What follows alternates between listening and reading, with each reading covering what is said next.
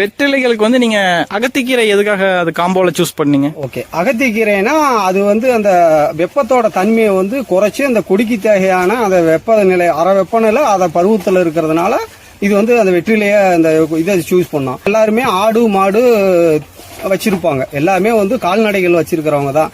அந்த கால்நடைக்கும் பயன்படுற மாதிரி அகத்திக்கீரை ஆயிரும். நம்ம வீட்டுக்கும் அகத்திக்கீரையெல்லாம் சாப்பிட்டா உடல் நலத்துக்கும் நல்லது.